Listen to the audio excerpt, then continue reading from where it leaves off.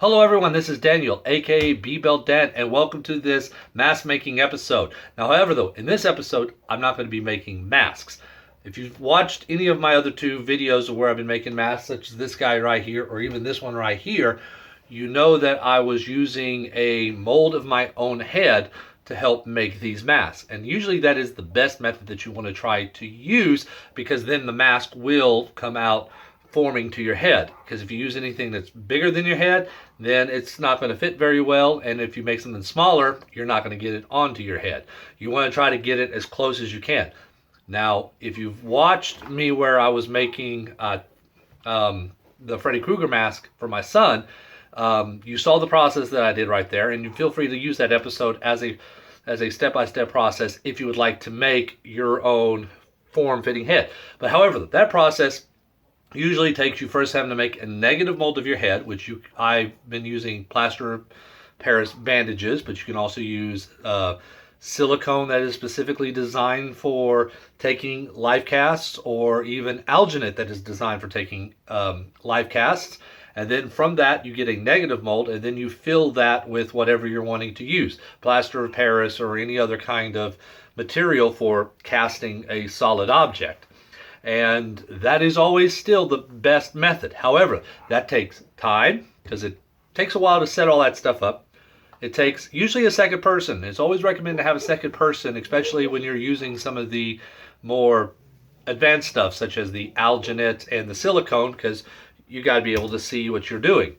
And third, it takes money to buy all that kind of stuff. Well, what if you don't have one, two, or even all three of those things? You don't have the time, you don't have the money, and you don't have the second person. Let's just say, call it all grouped together resources. Well, that's what this episode is. I'm going to show you a way to make a relatively decent dummy of your head to fit your own face, forms, size, dimensions, and everything. And we're going to do it on the cheap. So let me go ahead and show you what we're going to be using to do this. So the first thing that you're going to need is a foam head. This is going to be the base of the cast that we're going to be doing. You can get these at any kind of place that sells hobby materials.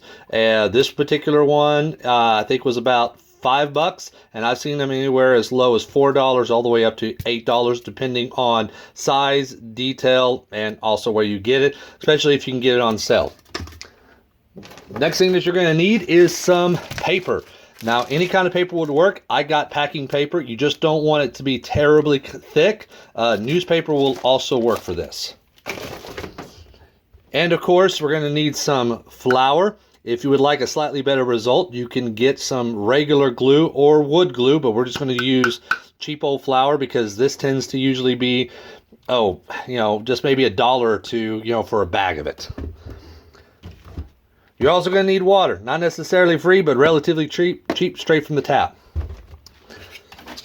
And this right here is going to be just as important as a tool as the head. This right here is called an outside caliper. Now, this particular one I've 3D printed and made. You can also buy these, but if you don't have access to a 3D printer, or you don't want to spend the money to buy one of these if you don't have one already, I'm going to show you in another video a little bit later on how you could probably make one of these on the cheap using normal household materials. So let's go ahead and get started.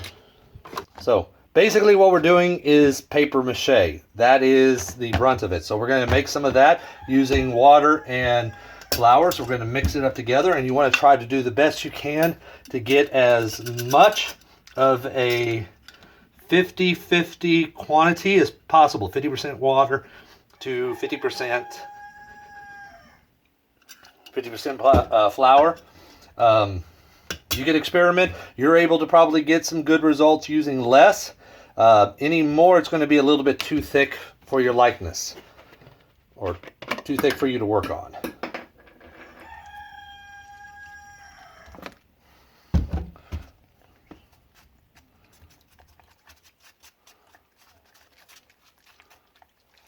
Okay, so now we're ready to start making our head cast. I have my paper mache mixture or glue right here. I have paper torn up into strips right here. and I have my foam head right here. So the main process of this, the main idea of all of this is to use these to measure your head at certain spots and to try to build up layers on top of this using the paper mache to where it matches. Now you might be asking, well, what all do I measure on my head? The answer really is that there really is no answer. There's no such thing as too many points of measurements that you could probably try to take. If anything, I would at least try to get at least one major measurement on your head vertically from up to down, so you have the right length, and several different spots, at least maybe three: top of the head, middle of the head, and around the jawline, to try to get the width of your head to match your head. Now, everything as far as the nose, the eyes, and everything, that's all secondary, but it still is important. So the first thing that I'm going to go ahead and do is I want to try to get this to where at least overall it matches the same size of my head, because as we're going to see, if I go through the height of my head from here to here, from there to there, and match it up to this head, see, we're not quite there. It's not quite, yeah. So we got to deal with that. And even if I go through the width, let's say if I go from chin to chin here, from cheekbone to cheekbone, and I do cheekbone to cheekbone on this guy, yeah, see, no. We go there to there, there to there. No, so we're going to have to go ahead and let's get that up done first before we start working on anything else. Okay, so the first step I'm doing is I'm taking this paper mache glue that I made using the flour and the water, and I am covering up parts of this styrofoam so I can go ahead and start laying in strips of the actual paper mache that I've made. And the reason why I'm wanting to do this is because I am wanting to get my first initial base layer down that I'm going to be building all of the additional layers on top of. So it's not just sticking just to that styrofoam where it could potentially start sloshing off. And as noted, this is a tutorial to show y'all to try to make this head form as cheap as possible. So I am using the flour and the water, but if you would like to do something a little bit, make it a little bit stronger, a little bit more durable, that could potentially last longer, and you're willing to spend just a little bit extra more money, then you can substitute this flour water glue for, instead of the flour, use some wood glue, just like I did with my marionette video that I did a while back ago. Uh, the wood glue and water, actually, or if you just want to use straight wood glue, uh, works out very well, because when it hardens, it actually becomes almost as strong as wood. Because what is paper? It's basically flattened out or very thin pieces of wood, or it's flattened out wood pulp, which is wood. So that acts as a binder, so it comes with a very strong, almost wooden consistency. But as I stated earlier, this is just show you how you could do this for on the cheap. And also, while I'm doing this, if you want, you can also bulk up a shoulder and chest area if you're wanting to make a mask that comes down to shoulders and chest, but I decided not to do this here. So I'm just going to continue on and covering every single spot to where you can't see any of the styrofoam. Then I can move on to the next step. Okay, as you can see, this is all completely covered, and I'm ready to really start thickening it up. Now, however, though, instead of me trying to thicken it up by adding layer over layer over layer over layer, because that's going to take a while, because, you know, even just 3 sheets of this only adds about that much thickness, what I'm going to do is I'm going to take some of these right here, dip them all inside there, scrunch them up, kind of make it almost into like a paper mache wad of paper, and stick it on there, and that's going to give me the actual thickness. And so I'll be working back and forth, testing my head, testing it on this until I get an area thick enough where I want it, then move to the next area, then move to the next area, until I get a consistent thickness along this that matches my head. So let me go ahead. If that doesn't make sense, hopefully it will in just a few minutes, so let me go ahead and start doing that. So here it is. I am bulking it out, and I'm doing actually two methods. I am doing the crunch method with the paper mache, but I am also visually, what you'll probably see later on, as I take the paper and I fold it up several times into blocks and kind of start blocking out the mat, or the head. And as you see here, I'm going through. I'm using my mirror and I'm using that little caliper to measure all ports spots of my head.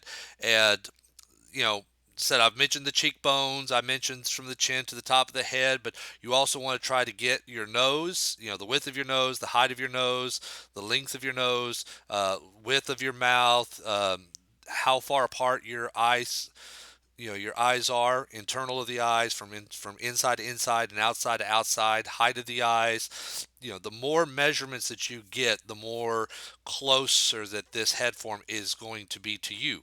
However, though, if you just want a basic head form so a mask can fit and it doesn't have to fit your head similar to like a glove, or if you're not doing little you know pieces that will go onto your head, like scar pieces, scarification pieces, or real detailed prosthetics that going to go onto your head, then you can keep this, just get at least your basic head shape. And so I'm constantly going through, as you see here, taking some of that glue, smothering it on, then putting in the layers. And at this point in time, what I'm thinking about doing is that there is a process that you'll see me do a video of eventually, using that skull that kind of fell apart in the background, where there's a particular science of where if you're reconstructing a bone, a skull, you get certain thicknesses of what the skin is from the skull itself, and you put little markers there, and then you build up the clay in between those markers. I'm doing a very similar process where I'm actually trying to build up only small little areas, or specific areas of the head mask, um, build that up in certain spots, and then I'm going to go through and use the rest of the paper mache to kind of fill in those spots in between. And it actually worked out real well. And this does take some time, but the more time you take and the more spots that you get, the more points of your head that you get, that you apply to the head form, the more detailed you're going to be. And how detailed you want to be all depends on exactly what is your goal. Once again, if you're going to do very detailed prosthetics that's going to go onto your face, you want this very detailed. But if you're just wanting to do just a basic mask that is going to fit well on top of your head and not loose, then you can get away with doing a very basic head form. Okay, everybody, and here it is. As you can see, this is definitely a lot bigger than the base head that I originally had. I've went ahead and widened a bunch of the features, such as the jaw, the forehead, the height, and everything, the nose, to be more representative to me, as you could probably see, especially that nose. So if I wanted to, I can go in and I could definitely try to work on sculpting a lot more of the details and try to get it a lot more accurate. But I think that for most of my projects, especially if I wanted to make a mask that is going to fit on me, this right here should be more than adequate. So I'm now going to go ahead and move on and finish this.